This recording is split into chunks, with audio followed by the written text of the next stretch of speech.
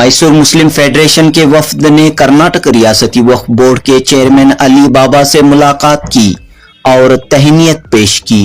शाहिद कादरी की सदारत में मैसूर के डेलीगेशन ने ये मुतालिबा रखा कि वक्फ आमदनी का 30% हिस्सा तालीम और सेहत पर खर्च होना चाहिए।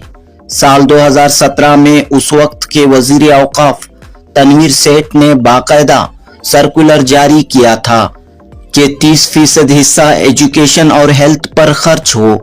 लिहाजा तनवीर सेठ के जारी करदा सर्कुलर को रियासत भर में नाफिज करने की जरूरत है।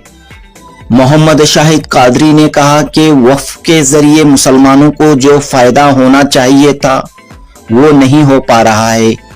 वक्फ मिनिस्टर BZ जमीर अहमद खान और वक्फ बोर्ड के चेयरमैन अली बाबा व तमाम मेंबरान से गुजारिश है कि वो साबिक वजीर तनवीर सेठ के 30% वाले सर्कुलर को पूरी रियासत में नाफिज करें ताकि मुस्लिम तबके के गरीब, जरूरतमंद और मुस्तहक खानदानों की मदद हो सके। जनूबी हिंद न्यूज रिपोर्ट।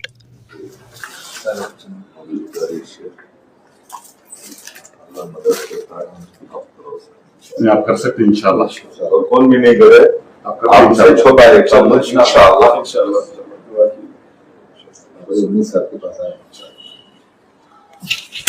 सर, मुस्लिम फेडरेशन के लोग जो है आज दूसरी बार जो है बेंगलुरु को विजिट किए हैं। पिछली बार जब किए थे तो आपसे मिलने का मौका नहीं हुआ था। 30% के मामले को लेकर ये तमाम लोग आपके पास एक उम्मीद लेकर आए हैं। इस मौके पर आपने एक लेटर भी रिसीव किया है, क्या कहना चाहते हैं सर? अस्सलाम वालेकुम रहमतुल्लाहि व बरकातुहू। मैं मुस्लिम फेडरेशन जो मैसूर से अभी हाजिर हुए हैं, मैं आप सबका खुशामदीद करता हूं। आप लोग कभी भी आकर मिल सकते हैं। मैं यहीं पर रहता हूं बोर्ड में, और आप लोगों की जो दरख्वास्त है जो इम्प्लीमेंटेशन का है 30% का, इंशाल्लाह मैं उसको ज़रूर गौर व फिक्र से देखूंगा और हम सब मिलकर बोर्ड में उसका डिस्कशन भी करेंगे इंशाल्लाह, और फिर जो भी फैसला होता है उस पर स्टडी कर उसको इम्प्लीमेंट कैसे किया जा सकता है उस पर एक डिस्कशन होकर जो भी फैसला होगा इंशाल्लाह ज़रूर कोशिश करेंगे इंशाल्लाह, अल्लाह चाहा तो। सर, बहुत सारी उम्मीदें आपके साथ जुड़ी हुई हैं क्योंकि मैसूर के हालात, ये लोग जो है ग्राउंड लेवल पर उतर कर काम किए हैं। ऐसे घर हैं जहाँ पे छत नहीं है, ऐसे लोग हैं जिनके बदन पर कपड़ा नहीं है, ऐसे पेट है जिनके पास रोटी नहीं है। तो इन तमाम लोगों का सर्वे करने के बाद में जो है इन लोगों की भी आंखें खुली, एक मौका मिला, ये लेटर की कॉपी मिली तो ये लेकर आए हैं। और तमाम उम्मीदें जो है सबसे पहले तो ऊपर वाले से है, उसके बाद आपसे लगाए हुए हैं। क्या हम लोग उम्मीद कर सकते हैं क्या सर? मैं साथ हूँ। देखिए, कौम की खिदमत के लिए ही मैं इस कुर्सी पर बैठा हूँ और मेरी नीयत जो है सिर्फ और सिर्फ खिदमत की है। तो जहाँ जहाँ मुझसे जो हो पाएगा अल्लाह ताला की मदद से इंशाल्लाह मैं पूरा करूँगा इंशाल्लाह। वो मैसूर मुस्लिम फेडरेशन से पहले भी जरा मेम्बरान से भी हमें मिले थे, MP हमारे नासिर हुसैन साहब से मिले थे, नसीर साहब से मिले थे, CM इब्राहिम साहब से भी मिले थे। आज स्टेट बोर्ड के सदर चेयरमैन इनसे मुलाकात करे साहब से, तो बहुत अच्छी मुलाकात हुई। और हमें जो बताना था 30% का, ये खाली मैसूर के हद तक नहीं है, ये पूरे रियासत में लागू होता है। ये 30% का जो है ये बहुत सारे स्टेट के आम आदमियों को मालूम ही नहीं है।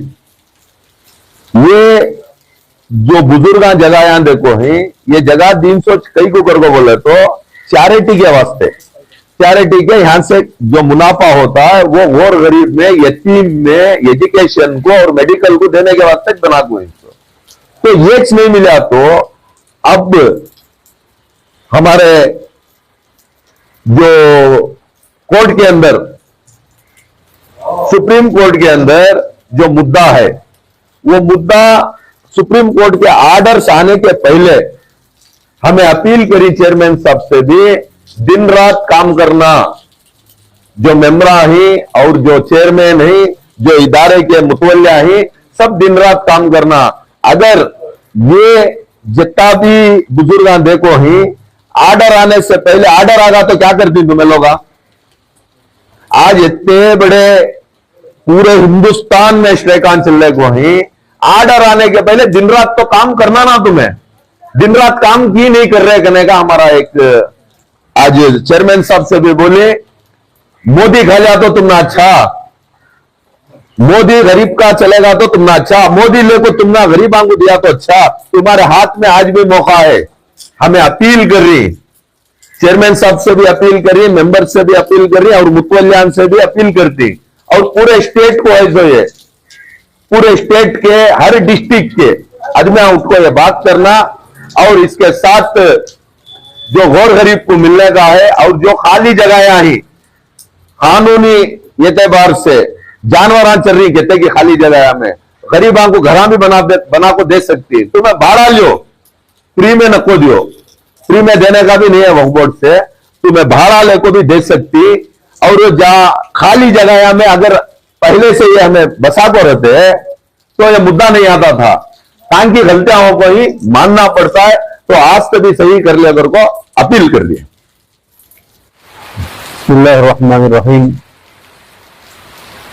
सारे आप जानते हैं कि इन दिनों औकाफ से मुताल्लिक जो हालात चल रहे हैं, इन हालात में हमारे जिम्मेदारान पहले से फिक्र करते चले आ रहे हैं कि औकाफ अल्लाह ताला की अमानत है, उनकी मिल्कियत में है, और मंशा वक्त के मुताबिक वाकिफ ने जिस मंशा से वक्त किया है उससे मुताल्लिक जो है वो जरूरतमंदों को उसका फायदा मिले।